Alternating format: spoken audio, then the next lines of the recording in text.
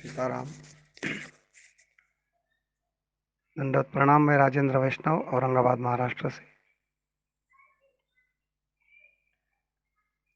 आज एक विचार आया। एक मित्र मिले थे आज, कह रहे थे कि रामायण लिखनी है। सोचा, इस पर थोड़ा चिंतन किया मन में कि रामायण क्यों लिख रहे होंगे। कह रहे थे नई तरीके से लिखनी है, जो प्रकाश और किसी रामायण में नहीं देखने को मिला। राम पर वो प्रकाश और कुछ लिखना चाहता हूँ। मुझे थोड़ी हंसी आई। मुझे एक किस्सा याद आया। खैर, मैं तो उस मित्र को तो नहीं कुछ बोल सकता, लेकिन हम आपस में चर्चा तो कर सकते हैं। होती है इच्छा, लिख सकते हैं लोग, क्यों नहीं लिख सकते। पर मैं अपने मन के भावों को व्यक्त करना चाहता था, जो मैं उनके समक्ष तो नहीं कर सकता, क्योंकि उनको डीमोरलाइज करना भी ठीक नहीं है। उनकी इच्छा है तो लिखने दें उनको। उसमें कुछ क्वालिटी होगी, कुछ भगवान का कृपा होगी उनकी, तो शायद उनकी रामायण चल भी पड़े, पता नहीं ना। तो रोकें क्यों किसी को। कि हम अपने अपनी चिंतन कर रहे हैं, हम उनको नहीं सिखा रहे। एक किस्सा याद आया कि सूरज निकला, भोर हुई, कुछ अंधेरा था, कुछ सूरज निकल रहा था। एक लोमड़ी ने आंखें खोली, आंखें मली, देखा तो थोड़ा सा सूरज बाहर निकल रहा था। प्रकाश दिखाई दिया उसको सामने। रात भर की सोई हुई थी लोमड़ी। जब उठी, तब जब जागी, तब उसकी पूंछ जो है सूरज की तरफ थी। तो छाया तो सामने पड़नी थी, पश्चिम की तरफ जिधर उसका मुंह था। उसने छाया देखी, अपनी अपनी लंबाई देखी, अपनी ऊंचाई देखी। और लोमड़ी को आज अपनी छाया देखकर, लंबी छाया देखकर अपने असली स्वरूप का आभास हुआ। पहली बार हुआ। उसको लगा कि अरे वाह, मैं तो बहुत बड़ी हूँ, मैं छोटी थोड़ी हूँ। मैं तो इतनी बड़ी लग रही हूँ अब कि शायद मुझे एक हाथी खाना पड़ेगा तभी मेरा पेट भरेगा, वरना मैं तो भूखी रह जाऊंगी। इतनी लंबी वो खुद को देख रही थी। तो हाथी का शिकार करने निकली, वो घने जंगल में घुसती गई। घूमती रही, भूख तो जोरों से लग रही थी। अभी छोटी खुराक की कई नजर भी आई उसको, जो उसके काम की थी हमेशा की। उसने ध्यान नहीं दिया। उसको याद था कि आज अपनी साइज बहुत बड़ी है आज। और उसको तो किसी हाथी को पछाड़ना था आज। उस पर सर में सनक सवार थी उसके, कि आज तो हाथी को ही खाना है। क्योंकि अपना असली स्वरूप उसको लगा, अपनी छाया देखकर उसको असली लगा ना, स्वरूप दिख रहा है ना। वह हम कैसे कह सकते हैं उसको। जो दिख रहा है वो कैसे वहम हो सकता है। उसको अपनी छाया दिख रही है 20-25 फीट लंबी, क्योंकि सूरज उग रहा था तो अपनी छाया 20-25 फीट लंबी दिखी उसको। उसने सोचा कि भाई आज तो हाथी खाना पड़ेगा, तो इतनी बड़ी बन गई मैं। भूखी लोमड़ी घूमती रही, दौड़ भाग करती रही दिन भर। छोटी छोटी वो जो हमेशा जो चीजों को, जिन जीवों को खाती थी वो, उनको देखकर भी उसको लगा नहीं कि इनको, उनको उसको लगा इनको खाने से क्या मतलब। आज तो हाथी खाना है क्योंकि मैं बहुत बड़ी हूँ। अब घूमते घूमते दोपहर हो गई। सुस्ताने के लिए जमीन पे बैठी तो देखा उसने, सारा नजरा बदल चुका था दोपहर में। छाया सिमट सिमट गई थी। तो जरा सी रह गई छाया।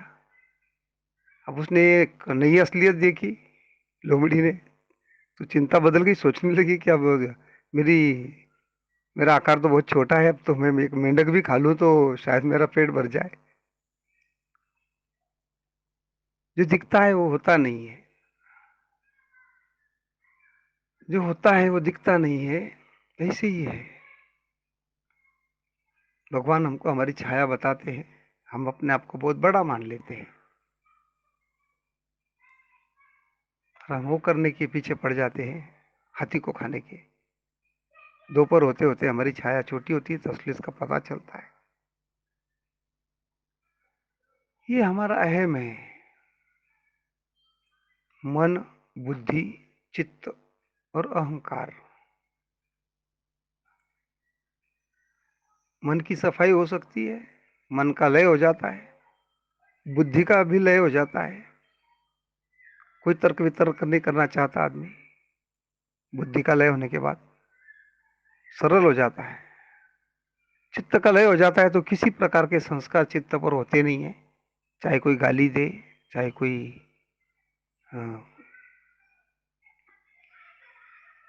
गाली दे या फिर प्रशंसा करे, उसका असर नहीं होता। चित्त चित्त न मलिन होता है, न चित्त पर रेखाएं खींची जाती है, न चित्त पर संस्कार होते हैं, तो चित्त का लय हो जाता है। लेकिन ये होकर भी चौथी जो अंतःकरण चतुष्टय की जो चौथी वस्तु है वो है अहंकार। और अहंकार जो है ये मरता ही नहीं है, ये नष्ट ही नहीं होता। ये अहम क्या करता है, लोकेशना, नाम पीछे रहने की एक लालसा होती है कि मेरा नाम पीछे रहे। हमारी नहीं होती, ऊपरी मन की नहीं होती, हमारे अंतर मन की, हमारे सुपर कॉन्शियस माइंड की एक लालसा होती है कि मेरा नाम पीछे रहे। क्योंकि 2,000 5,000 रुपए कोई अगर डोनेट करता है ना तो उसकी रिसिप्ट अपने नाम से फाड़ता है, कभी गुप्त दान नहीं करना चाहता, क्योंकि उसको लगता है कि उसका नाम रहे। कुछ लोग तो अपनी तस्वीरें लगा देते हैं मंदिरों में, अपने माँ बाप की तस्वीरें लगाते हैं, उनके नाम से उन्होंने कोई मंदिर में दान किया बड़ा तो मंदिर में तस्वीरें लगा देते हैं। ये क्या, ये अहम है, ये हमको खुद स्वयं को जिंदा रखने का अहम है। हम कभी अपने गुरु जी को कुछ देते हैं ना तो सबके समक्ष ऐसी नोटें फैला कर देते हैं बहुत बार कि लोग देखें इसको। हम कभी कभी 2 केले देते हैं किसी को, दान करते हैं हॉस्पिटल में लोग, तो तस्वीरें खींचते हैं, फिर फेसबुक और व्हाट्सएप पर शेयर करते हैं, क्या कि लोगों को पता चले कि ये कितना बड़ा दानी है, कि लोगों को कंबल बांट रहा है। उसको पता नहीं कंबल बांटने के आदेश कौन दे रहा है, कौन सूचित कर रहा है, कंबल बांटने की हैसियत दी किसने। वो केवल कहता है कि करने वाला तो ईश्वर है, फिर अपनी फोटो वायरल कर लेता है। बात यही है, रामायण जो है, विषय रामायण से शुरू हुआ था। मित्र को रामायण लिखनी है, उसके लिए मुहूर्त ढूंढ रहे हैं। अभी पौष का मास चल रहा है, अभी संक्रांति हुई है, अभी यो है, अभी गुरु अस्त आने वाला है, शुक्र अस्त आने वाला है। कब मुहूर्त देखे रामायण लिखने के लिए। मेरे मन में प्रश्न आया कि रामायण लिखना गलत नहीं है, लिखना चाहिए, लेकिन हम जो लिख रहे हैं, जो सिद्धांत हम लिखेंगे वो सिद्धांत किसी और ने न लिखे हुए हो, ये भी आवश्यक देखना चाहिए लिखने वालों ने। छोटा सा जीवन है, वाल्मीकि ने लिखा तो उन्होंने जितने परिपूर्णता से लिखा, वो परिपूर्णता जो थी वो तुलसीदास में जी में थोड़ी थी, उतना समय थोड़ी था तुलसीदास जी के पास। तो तुलसीदास जी ने एक हिस्सा लिखा रामायण का, राम का। पूरा रामायण जो है वाल्मीकि का, वो पूरा का पूरा तो नहीं लिखा उन्होंने। अब हम अगर रामायण लिखेंगे, हम लिख लिख के क्या लिखेंगे, जो युक्त तो वाल्मीकि ने लिखा है उसी को कॉपी करेंगे, या तुलसीदास जी ने लिखा है वो उसी को कॉपी करेंगे। वो तो एक इतिहास भी है, इतिहास में कोई बदलाव भी नहीं होता। फिर बात बचती है लोगों को समझ में आने के लिए कुछ लिखना, कि लोग उस पर आचरण जल्दी से करें, लोग अट्रैक्ट हो, आकर्षित हो आपके लिखान की तरफ। हिंदी में कम से कम 11 प्रकार की रामायण है, मराठी में 8 है, बांग्ला में 25 प्रकार की रामायण है, तमिल में 12 है, तेलुगु में 12 है, उड़ीसा में उड़िया भाषा में 6 रामायणें देखने को मिलती है। इसमें तुलसीदास का रामचरितमानस है अलग से। हिंदी के 11 जो है उसमें तुलसीदास जी का अलग से है, अवधी भाषा का। इसके अलावा संस्कृत है, गुजराती है, मलयालम है, कन्नड़ है, असम की है, उर्दू में है, अरबी है, फारसी है।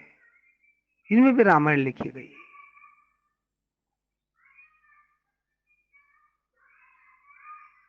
इसके अलावा अलग अलग काव्यों की रचना की गई, जिसमें कवि कालिदास, प्रवर सेन, भट्ट, भास, क्षेमेंद्र, राजशेखर, कुमारदास, विश्वनाथ, सोमदेव, गुणादत्त, नारद, लोमेश, मैथिली शरण गुप्त, केशवदास, समर्थ रामदास महाराष्ट्र के, संत तुकडोजी महाराज विदर्भ के, महाराष्ट्र के, और संत एकनाथ महाराज आदि लोगों ने 400 से अधिक लोगों ने इस पर कुछ लिखा है, कुछ प्रकाश डाला है अपने ज्ञान से। आर्ष रामायण है, अद्भुत रामायण है, कृत्तिवास रामायण, बिलंका रामायण, मैथिली रामायण, सर्वार्थ रामायण, तत्वार्थ रामायण, प्रेम रामायण, संजीवनी रामायण, उत्तर चरितम, रघुवंशम, प्रतिमा नाटकम, कदम्ब रामायण। उसके बाद एक है भुशुंडी रामायण, अध्यात्म रामायण, राधेश्याम रामायण। इसके बाद एक राघवेंद्र चरितम, एक है मंत्र रामायण, एक है योग वशिष्ठ रामायण। इसके अलावा है हनुमान नाटकम, आनंद रामायण, अभिषेक नाटकम, जानकी हरणम। बहुत लोगों ने अपने अनुभव से, अपने ज्ञान से, अपनी गुरु कृपा से, अपने ईश्वर कृपा से रामायण पर प्रकाश डाला है। इसके अलावा विदेशों में, भारत से बाहर तिब्बत, तुर्कस्तान, तुर्कस्तान में बोलते हैं खोतानी रामायण। और इंडोनेशिया का जो है वो, उसको बोलते हैं ककबिन रामायण। जावा, सुमात्रा जिधर बोलते हैं उनको शेरत राम, शैरी राम, राम केलिंग, पातानी राम कथा। और इंडो चाइना में जो है राम कीर्ति। बर्मा में, म्यांमार में जहां भी मोदी ने अटैक किया था रात में, वो म्यांमार में युतो की रामायण में। थाईलैंड में भी है। थाईलैंड में तो रामलीला चलती है, राम की एन। इसे रामचरित्र बहुत लिखा गया। हमको राम पर कोई ग्रंथ लिखना है किसी को, तो कम से कम हिंदी के 11 रामायण तो भी पढ़ना चाहिए। उन्होंने क्या लिखा, वही वही हम अगर लिखने वाले तो फिर उसको लिख के क्या मतलब होगा। कथा तो सबको पता है, बच्चा बच्चा जानता है रामायण की कथा। उन अक्षरों के भेद, उन शब्दों के भेद, उन चौपाइयों के भेद, उन श्लोकों के भेद अगर कुछ नए तरीके से हम खोल पाए तो लिखने में मजा है। भारत में राम कथा पर आधारित बहुत बहुत काव्य है, बहुत महाकाव्य है। राम कीर्ति, रामाश्वमेध, भार्गव राघवियम, जानकी जीवनम, सीता चरितम, रघुकुल कथावल्ली, उर्मिलियम, सीता स्वयंवरम, राम रसायन, सीता रामियम, साकेत सौरभम। राम इतना विशाल है, जितना छोटा नाम है उतना वो, उसको उर्दू में तवील बोलते हैं, और छोटे को बोलते हैं मुख्तसर। तो राम शब्द है मुख्तसर।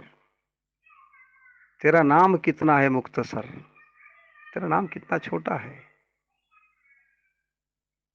लेकिन तेरा अस्तित्व कितना तवील है बोला। तवील मतलब व्यापक। राम इतने व्यापक है। बहुत बार हम उस लोमड़ी की भूल जो लोमड़ी को हुई वो भूल हमको होती है।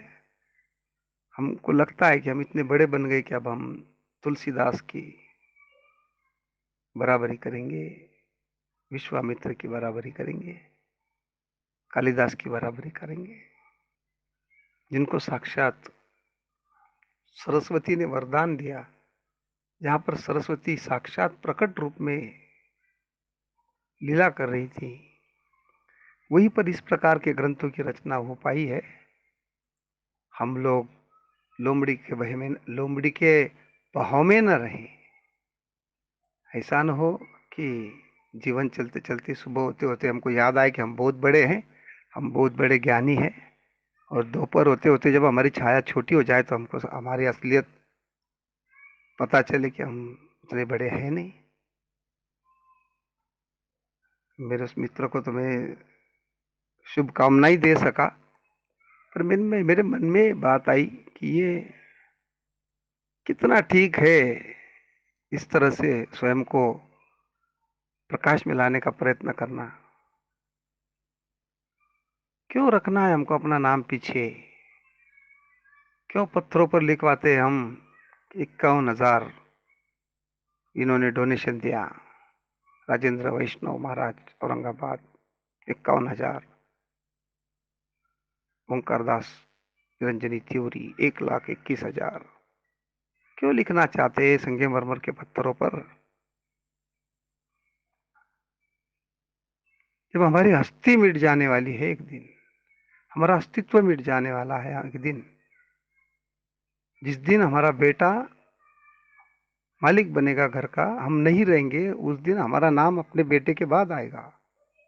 और जब हमारा पोता मालिक बनेगा तो हमारा नाम किधर भी नजर नहीं आएगा आपको, कट जाओगे आप। आपका पोता आपकी तस्वीर भी अपने घर में नहीं रखेगा। तो क्यों मंदिरों में अपने नाम लिखवाना चाहते हैं हम? क्यों इतनी लोकेशन होना चाहिए? एक होती है लोकेशन, एक होती है वित्तेषणा। एक पैसा कमाने की धुन, पैसा पैसा पैसा पैसा। एक होती है नाम कमाने की धुन, नाम नाम नाम नाम नाम। बस मेरा नाम पीछे रह जाए। नाम तो वैसे भी रहता है, कीर्ति तो बचती है, मूर्ति निकल जाती है, लेकिन कीर्ति रहती है पीछे। लेकिन कीर्ति रहना अलग है और कीर्ति रखना अलग चीज है। जो रखने की चाह है उसको लोकेशना बोला जाता है, जो कमाने की चाह है उसको वित्तेषणा। वो एक प्यास है, और प्यास ऐसी वस्तु है, प्यास कभी बुझती नहीं है, फिर लगती है। आप एक लोटा जल पी लोगे, 2 लोटे पी लोगे, आपको आभास होगा कि आपकी प्यास गई, लेकिन नहीं। आधे घंटे के बाद, 1 घंटे के बाद फिर प्यास लगेगी, फिर भूख लगेगी, फिर खाओगे, फिर पियोगे। किसी भी चीज की प्यास यही करती है, बुझती नहीं है, फिर से लगती है। यही है भव सागर, जो फिर के आता है, वही वही लौट कर आता है, फिर मरता है, फिर जन्म लेता है, फिर मरता है। प्यास भी मरती है पानी पीने के बाद, जलपान के बाद प्यास मर जाती है, लेकिन फिर पैदा होती है। भूख भोजन करने के बाद मिट जाती है, लेकिन फिर पैदा होती है। यही है भव सागर, मिटना और बनना, मिटना और फिर बनना। हम भी वही कर रहे हैं, उसी के चक्कर में पड़े हम लोग। अहंकार की अहंकार का लय बहुत देर से, बिना गुरु कृपा के नहीं होता। और जब तक हम अपने अहम को नहीं त्यागेंगे, तब तक शायद कोई बात बने, इसका कोई विश्वास नहीं है। धीरे धीरे धीरे हमारा अहम हमको, हमारे मन को, हमारे बुद्धि को, हमारे चित्त को फिर से एक्टिवेट कर देता है, फिर से क्रियाशील बना देता है हमारा अहम। मन का, बुद्धि का और चित्त का लय होने के बावजूद भी हमारा अहम का अगर लय नहीं किया हमने, हमारे अहम को अगर हमने समर्पित नहीं किया हमारे गुरुदेव के चरणों में, हमारे ईश्वर के, हमारे ठाकुर जी के चरणों में, तो हमारा अहम हमारे मन, बुद्धि और चित्त को फिर से एक्टिवेट करेगा, फिर से सक्रिय करेगा, और अनंत जन्मों के सारे संस्कार फिर से वो वापस बुला लेगा चित्त में, और फिर हम वही भुगतते रहेंगे। इसके लिए अपने अहम को त्यागना बहुत आवश्यक है। धन्यवाद। सीताराम।